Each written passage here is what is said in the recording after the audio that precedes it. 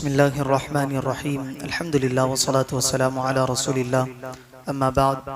جیسا کہ پچھلے درس میں ہم نے سورہ آل عمران کی آیت نمبر 110 کی تلاوت، ترجمہ اور تفسیر سماعت کی، جس میں اللہ تبارک و تعالی نے ارشاد فرمایا کہ اے مسلمانوں، تم بہترین امت ہو جو لوگوں کی ہدایت کے لیے ظاہر کی گئی، تم بھلائی کا حکم دیتے ہو اور برائی سے منع کرتے ہو اور اللہ پر ایمان رکھتے ہو، اور اگر اہل کتاب بھی ایمان لے آتے تو ان کے لیے بہتر تھا، ان میں کچھ مسلمان ہیں اور ان کی اکثریت نافرمان ہے۔ اب اگلی آیت میں ارشاد باری تعالی ہے، لن یضروکم الا اذی، یہ تمہیں ستانے کے علاوہ کوئی نقصان نہیں پہنچا سکیں گے، وَإِن یقاتلوکم یولوکم الادبار، اور اگر تم سے لڑیں گے تو تمہارے سامنے سے پیٹھ پھیر جائیں گے، ثم لا ینصرون، پھر ان کی مدد نہیں کی جائے گی۔ یہودیوں میں سے جو لوگ اسلام لائے تھے، جیسے حضرت عبداللہ بن سلام اور ان کے ساتھی رضی اللہ تعالیٰ عنہم، یہودیوں کے سردار ان کے دشمن ہو گئے تھے اور انہیں تکلیف پہنچانے کی فکر میں لگے رہتے تھے۔ اس پر یہ آیت کریمہ نازل ہوئی اور اللہ تعالیٰ نے ایمان لانے والوں کو مطمئن کر دیا کہ زبانی طعن و تشنیع اور دھمکیوں کے علاوہ یہ ان مسلمانوں کو کوئی تکلیف نہ پہنچا سکیں گے،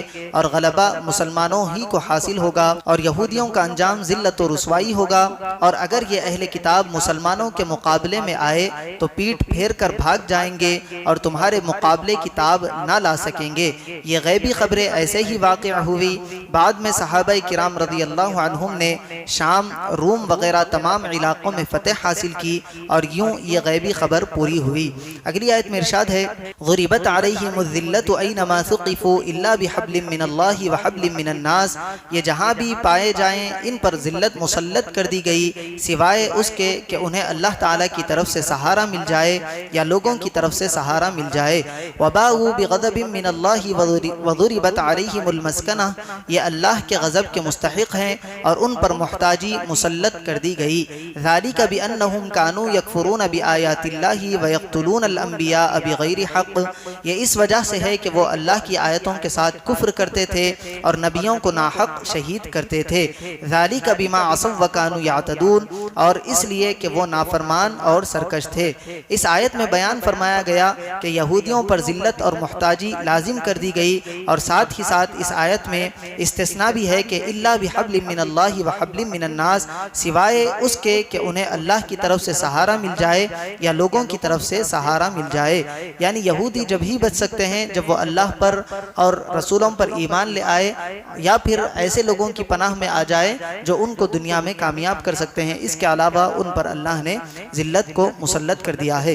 اگلی آیت میں ارشاد ہے، لیسوا سواء، یہ سب ایک جیسے نہیں، من اہل الکتاب امت قائمہ، اہل کتاب میں کچھ وہ لوگ بھی ہیں جو حق پر قائم ہیں، یتلون آیات اللہ آناء اللیل وہم یسجدون، وہ رات کے لمحات میں اللہ کی آیتوں کی تلاوت کرتے ہیں اور سجدہ کرتے ہیں۔ جب حضرت عبداللہ بن سلام رضی اللہ عنہ اور ان کے ساتھی ایمان لائے تو یہودی علماء نے جل کر کہا کہ محمد مصطفیٰ صلی اللہ علیہ وسلم پر ہم میں سے جو ایمان لائے ہیں وہ برے لوگ ہیں، اگر یہ برے نہ ہوتے تو اپنے باپ دادا کا دین نہ چھوڑتے۔ اس پر یہ آیت کریمہ نازل ہوئی اور بتا دیا گیا کہ تاجدار رسالت صلی اللہ علیہ وسلم کی غلامی میں آنے والے ہی تو کام کے آدمی ہے، بقیہ کا حال تو انتہائی بدتر ہے۔ حضرت عطا رحمۃ اللہ علیہ کا قول ہے کہ یہاں جن لوگوں کی تعریف کی گئی ہے اس سے علاقے نجران کے 40 آدمی، حبشہ کے 32 آدمی اور روم کے 8 آدمی مراد ہے جو دین عیسوی پر تھے، پھر حضور اکرم صلی اللہ علیہ وسلم پر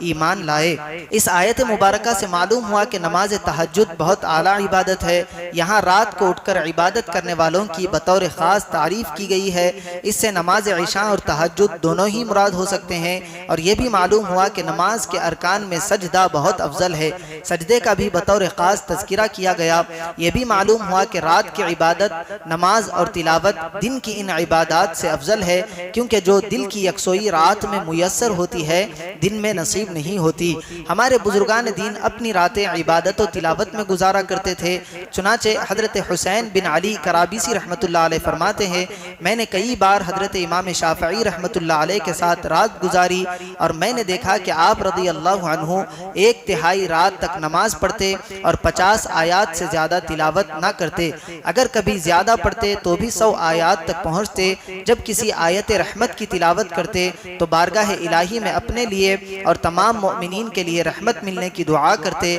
اور جب آیت عذاب پڑھتے تو اس سے پناہ طلب کرتے، اور اپنے لیے اور تمام مسلمانوں کے لیے اللہ تعالیٰ کی بارگاہ میں نجات کی دعا کرتے۔ اسی طرح حضرت فاطمہ بن عبد الملک رحمۃ اللہ علیہ فرماتی ہے، ہو سکتا ہے کہ کوئی شخص حضرت عمر بن عبدالعزیز رضی اللہ عنہ سے زیادہ نماز پڑھتا اور روزے رکھتا ہو، لیکن میں نے لوگوں میں کوئی ایسا شخص کبھی نہیں دیکھا جو حضرت عمر بن عبدالعزیز رضی اللہ عنہ سے زیادہ اپنے رب سے ڈرتا ہو۔ آپ رضی اللہ عنہ رات کے وقت جب گھر تشریف لاتے تو سجدے میں سر رکھ کر روتے اور دعا کرتے، یہاں تک کہ نیند آپ رضی اللہ عنہ کی آنکھوں پر غالب آ جاتی، اور رات میں پھر جب بیدار ہوتے تو اسی طرح رویا کرتے تھے۔ اللہ تبارک و تعالیٰ سے دعا ہے کہ ہمیں بھی نیک عمل کرنے کی توفیق عطا فرمائے، راتوں کو اللہ تبارک و تعالیٰ کی عبادت کرنے کا ذوق اور شوق عطا فرمائے، کہنے اور سننے سے زیادہ اعمال صالحہ کی توفیق عطا فرمائے۔